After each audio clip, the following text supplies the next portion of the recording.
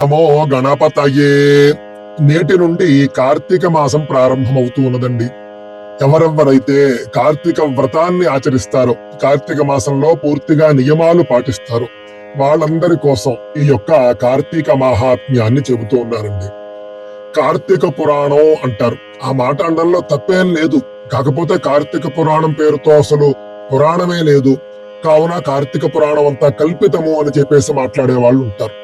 కానీ కార్తీక పురాణం అనేది అసలైన పదం కాదండి. కార్తీక మహాత్మ్యం అనాలి.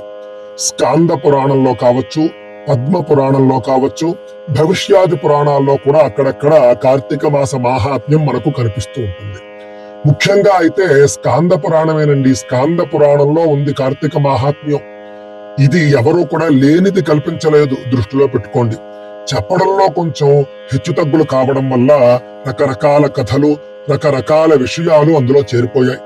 నేను మాత్రం వీలైనంత సరళంగా, వీలైనంత చక్కగా ఉన్నది ఉన్నట్లుగా చెప్పే ప్రయత్నం చేస్తానండి.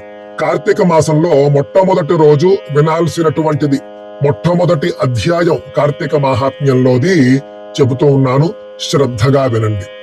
ఓం శ్రీ గణేశాయ నమః. ఓం నమో బృహస్పతయే.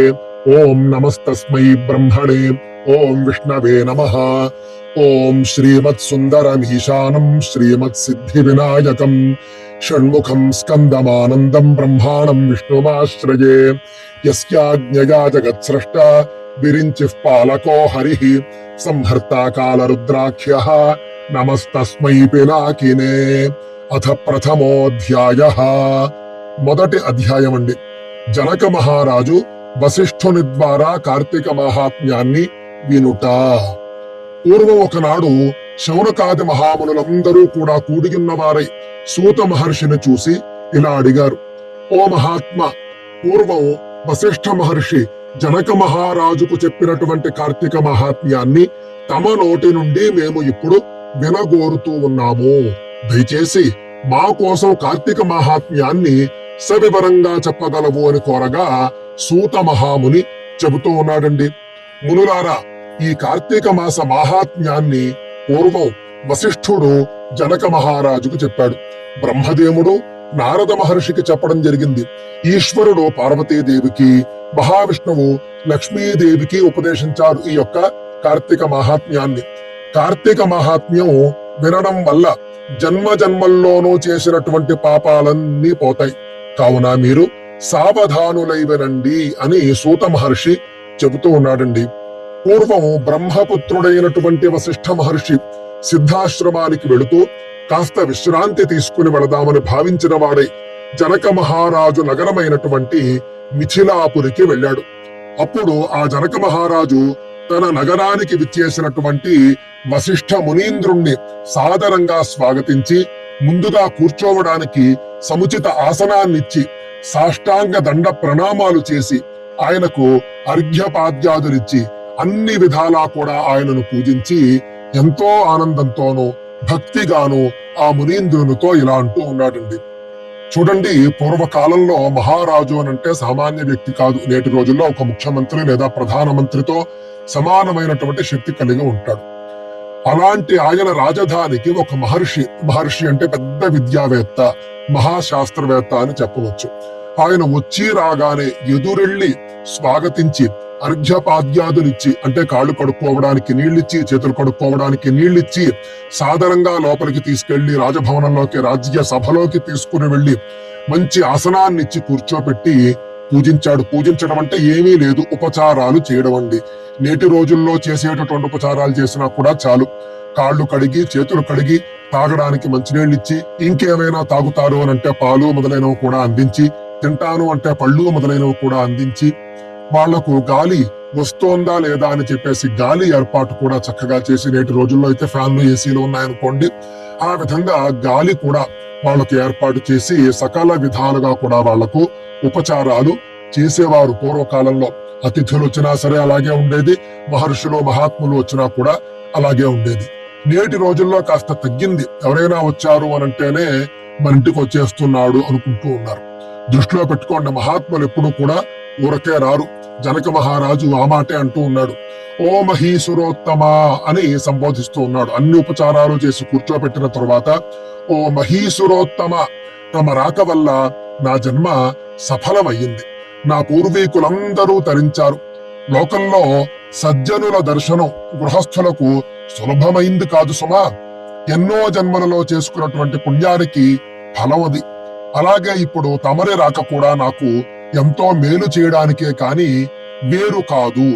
తమ రాకకు గల కారణం చెప్పి నన్ను కృతార్థుణ్ణి చేయండి అని కోరగా, వశిష్ఠ మహర్షి చిరునవ్వుతో జనక మహారాజుతో ఇలా అంటూ ఉన్నాడు.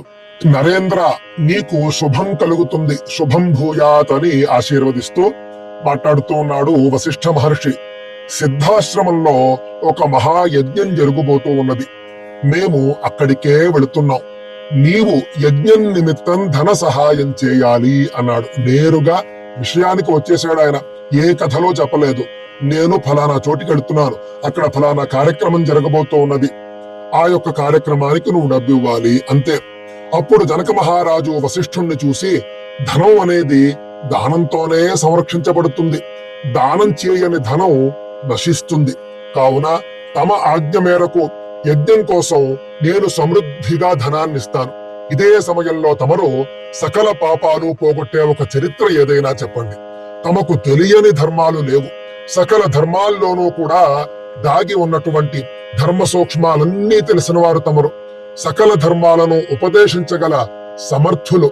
కార్తీక మాసం అన్ని మాసాల్లోనూ శ్రేష్టమైనది అని పెద్దలంటారు. ఆ మాసం ఎందువల్ల శ్రేష్టమైన మాసంగా నిలిచింది? ధర్మజ్ఞులైనటువంటి మీరు నాకు ఈ కార్తీక మాస మహిమను దయచేసి వినిపించండి అని అడుగగా వశిష్ఠ మహర్షి చెబుతూ ఉన్నాడు. మహాత్ములు వచ్చినప్పుడు సమయాన్ని ఏ విధంగా సద్వినియోగం చేసుకోవాలి అనేది జనక మహారాజును చూసి మనం నేర్చుకోవాలండి.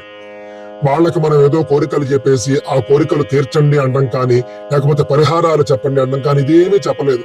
ఏదైనా ఒక మంచి కథ చెప్పండి అని చెప్పేసి ఆయన కోరాడు. వశిష్ఠ మహర్షి అంటే మహాత్ముణ్ణి ఉత్తరే పంపించేయడం ఏమిటి? 4 మంచి మాటలు విని తెలుసుకుందాము, తరిద్దాము అని భావించాడు ఆయన. ఆ దృష్టితో అడగగా వశిష్ఠ మహర్షి చెబుతూ ఉన్నాడండి. ఓ రాజేంద్ర, వినుము. విన్నవారి యొక్క అన్ని పాపాలను పోగొట్టి పుణ్యాలను ప్రసాదించేటటువంటి కార్తీక మాస మహాత్మ్యాన్ని చెబుతాను. సూర్యుడు తులారాశిలో ఉన్నప్పుడు ఏ మానవుడు పరిశుద్ధమైనటువంటి మనస్సుతో స్నాన దానాలు, పితృశ్రాద్ధాలు, దేవతా పూజలు ఇవన్నీ చేస్తాడో వాటి వల్ల వచ్చేటటువంటి ఫలం అక్షయమవుతుంది. తులా సంక్రమణం నాడు కాని, కార్తీక శుద్ధ పాడ్యమి నాడు కాని ఈ వ్రతాన్ని ప్రారంభించాలి. చాలా మందికి తెలియదండి. కార్తీక శుద్ధ పాడ్యమి మాత్రమే ప్రారంభిస్తారు, కానీ తులా సంక్రమణం నాడు కూడా ప్రారంభించవచ్చు. మొన్న 18వ తేదీ అనుకుంటాను, దశమి నాడు తులా సంక్రమణం జరిగిందండి. నేను తులా సంక్రమణం జరిగిన తరువాతి రోజు ఉదయాన్నే నేను కార్తీక స్నానం చేయడం జరిగింది. తులామాసము అని కూడా అంటారు. కార్తీక మాసం వ్రతం చేయవచ్చు, లేకపోతే తులామాసం వ్రతం కూడా చేయవచ్చు, రెండూ ఒకటే. కావున ఆశ్వయుజ బహుళ దశమి నుండే మనకు ఈ యొక్క తులామాసం ప్రారంభమవుతుంది, దృష్టిలో పెట్టుకోండి. అప్పుడు ఏం చెయ్యాలి? మొట్టమొదటి రోజు కార్తీక స్నానానికి ముందు ఈ శ్లోకాన్ని చెప్పుకోవాలి. సంక్రమం వా సమారభ్య మాసమేకం నిరంతరం మాసస్య ప్రతిపద్యాం వా ప్రారభేత్ కార్తీక వ్రతం నిర్విఘ్నం కురు మే దేవ దామోదర నమోస్తుతే. నిర్విఘ్నం కురు మే దేవ దామోదర నమోస్తుతే అని చెప్పుకోవాలి. అంటే కార్తీక వ్రతం నేను చేయబోతూ ఉన్నాను, అది నిర్విఘ్నంగా పూర్తయ్యేట్టు చూడు అని కార్తీక దామోదరుడికి నమస్కరించి సంకల్పించుకుని సూర్యోదయ సమయంలోనే ఈ వ్రతాన్ని ప్రారంభించాల్సి ఉంటుంది. తులారాశిం గతే సూర్యే గంగా త్రైలోక్య పావని సర్వత్ర ద్రవ రూపేణ సా సంపూర్ణ భవేత్తదా అని చెబుతూ ఉన్నారండి. సూర్యుడు తులారాశిలో ఉన్నప్పుడు త్రైలోక్య పావని అయినటువంటి గంగాదేవి అన్ని జలాశయాల్లోనూ నెలవై ఉంటుంది. అలాంటి తులామాసంలో గోవు పాదమంత జలం ఉన్న చోట కూడా మహావిష్ణువు నెలవై ఉంటాడు.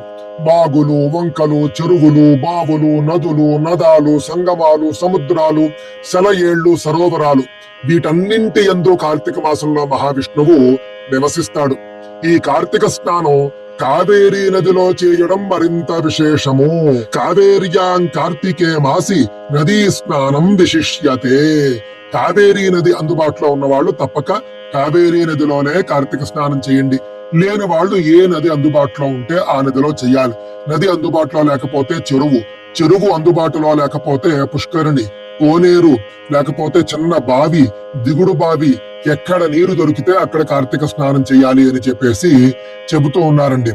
అలాంటి ఈ కార్తీక మాసంలో సూర్యోదయానికంటే ముందే మానవుడు నిద్ర లేచి జలాశయానికి వెళ్లి హరినామస్మరణ చేస్తూ కాళ్ళు చేతులు కడుక్కుని ఆచమనం చేసి పరిశుద్ధుడై ఇంద్రియ నిగ్రహంతో కాలభైరవుడి అనుజ్ఞ తీసుకుని, అంటే కాలభైరవాయ నమః అని కాలభైరవుణ్ణి స్మరించి మనకు వచ్చినటువంటి భాషలోనే ఈ విధంగా కార్తీక వ్రతం నేను ప్రారంభిస్తూ ఉన్నాను, అనుజ్ఞ ఇవ్వు అని చెప్పేసి అనుజ్ఞ తీసుకుని నాభి వరకు నీరు వచ్చేట్టుగా జలాశయంలో నిలబడి స్నానం చేయాలి.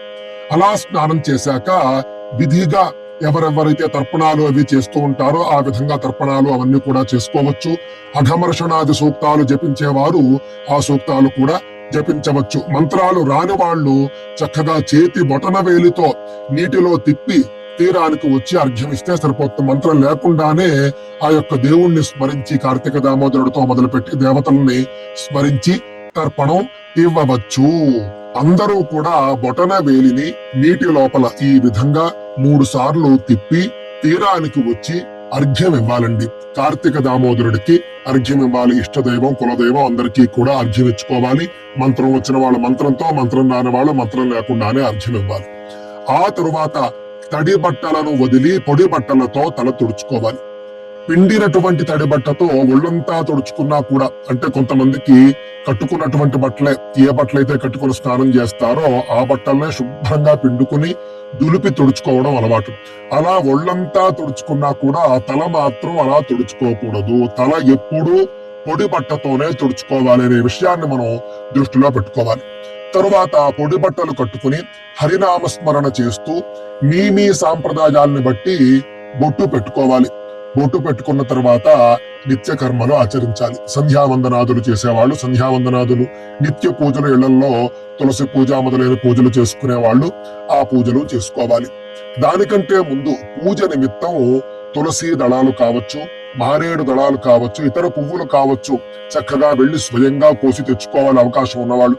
లేని వాళ్ళు ఏదో ఒక విధంగా పువ్వుల్ని సేకరించాలి. ఆ తర్వాత మహావిష్ణువుని కానీ శివుణ్ణి కానీ మీ ఇష్టదైవాన్ని కానీ పూజించాలి. షోడశోపచారాలతో పూజించాలి. ఆ తర్వాత పురాణ పఠనం కానీ పురాణ శ్రవణం కానీ చేయాలి. పఠనం అంటే చదవడం, శ్రవణం అంటే వినడం. ఆ విధంగా చేసిన తరువాత మధ్యాహ్న భోజన సమయానికి ఇంటికి ఎవరైనా అతిథి వచ్చారనుకోండి, తప్పక భోజనం పెట్టాలి. ఇది కూడా కార్తీక వ్రతంలో భాగం. అతిథికి భోజనం పెట్టిన తరువాత బంధుమిత్రులతో కలిసి మనం కూడా భోజనం చేయాలి. ఆ తరువాత అవకాశాన్ని బట్టి పురాణ పఠనం కానీ శ్రవణం కానీ చేసుకోవాలి. ఉద్యోగాలు ఉన్న వాళ్ళు ఉద్యోగాలకి వెళ్లి రావడం అదంతా కూడా మామూలే. వాటితో పాటుగా ఇవన్నీ చేసుకోవాలి అనే విషయాన్ని అర్థం చేసుకోవాలి. మధ్యాహ్నం పూట వీలైనంత పడుకోకుండా ఉంటే మంచిది కార్తీక మాసంలో. ఆ తర్వాత మళ్ళీ సాయంకాలం సంధ్యావందనాదులు, లేకపోతే స్నానము, దీపము పెట్టుకునే వాళ్ళు పెట్టుకోవడం, చిన్నపాటి పూజలు అవి చేసుకునే వాళ్ళు చేసుకోవడము. ప్రదోష కాలానికి, అంటే సూర్యాస్తమయం అవ్వగానే 48 నిమిషాల కాలానికి ప్రదోషం అని పేరు. ఆ ప్రదోష కాలానికి విష్ణువాలయానికి కానీ శివాలయానికి కానీ చేరుకుని అక్కడ దీపారాధనలు చేయాలి. లేదా ఇంటి వద్దనే దీపారాధనలు చేయవచ్చు. ఆ తరువాత మళ్ళీ మహావిష్ణువుని కానీ శివుణ్ణి కానీ పూజించుకోవాలి. తరువాత తనకు వచ్చినటువంటి, అంటే మీకు వచ్చినటువంటి విష్ణు స్తోత్రాలు కానీ శివ స్తోత్రాలు కానీ పారాయణ చేసుకుని మౌనంగా దైవధ్యానం చేసుకోవాలి. ఇలా మానవుడు భక్తి శ్రద్ధలతో ఉంటూ కార్తీక మాసంలో వ్రతం ఆచరిస్తే పునరావృత్తి రహితమైనటువంటి మోక్షం కలుగుతుంది. ఈ జన్మలో చేసేటటువంటి పాపాలు, పూర్వజన్మలో చేసినటువంటి పాపాలు కూడా కార్తీక వ్రతం చేత నశిస్తాయి. దృష్టిలో పెట్టుకోండి. అన్ని వర్ణాల వారు కూడా, ఏమండి ఇది మీ బ్రాహ్మణులదే అట కదా, లేకపోతే ఇది ఫలానా వాళ్ళదే అట కదా అని కాదు. కార్తీక వ్రతం అందరూ చేసుకోవచ్చు. అన్ని వర్ణాల వాళ్ళు, స్త్రీలు, పురుషులు, వితంతువులు కూడా అందరూ చేసుకోవచ్చు అని చెప్పేసి మనకు శాస్త్రం చెబుతూ ఉన్నది. ఆ విధంగా అన్ని వర్ణాల వారు, అన్ని వర్గాల వాళ్ళు కూడా కార్తీక వ్రతం ఆచరిస్తే మళ్లీ జన్మే లేనటువంటి విష్ణు సాయుధ్యాన్ని పొందుతారు. శివ భక్తులైతే శివ సాయుధ్యాన్ని పొందుతారు. కార్తీక వ్రతం ఆచరించలేని వాళ్ళు, కార్తీక వ్రతం ఆచరిస్తున్నటువంటి మానవుణ్ణి చూసినా కూడా ఆ రోజు చేసినటువంటి పాపాల నుండి విముక్తులవుతారు. ఇందులో ఎలాంటి సందేహము లేదు అని చెప్పేసి స్కాంద పురాణంలోని కార్తీక మహాత్మ్యంలో మొదటి అధ్యాయాన్ని పూర్తి చేస్తూ ఉన్నారు వశిష్ఠ మహర్షి. జనక మహారాజు వింటూ ఉన్నాడు. ఇంతటితో మొదటి రోజు వినవలసినటువంటి కార్తీక మహాత్మ్యం పూర్తయిందండి. నమస్తే కార్తీక దామోదరాయ, నమస్తే నమ శివాయ. స్వస్తి.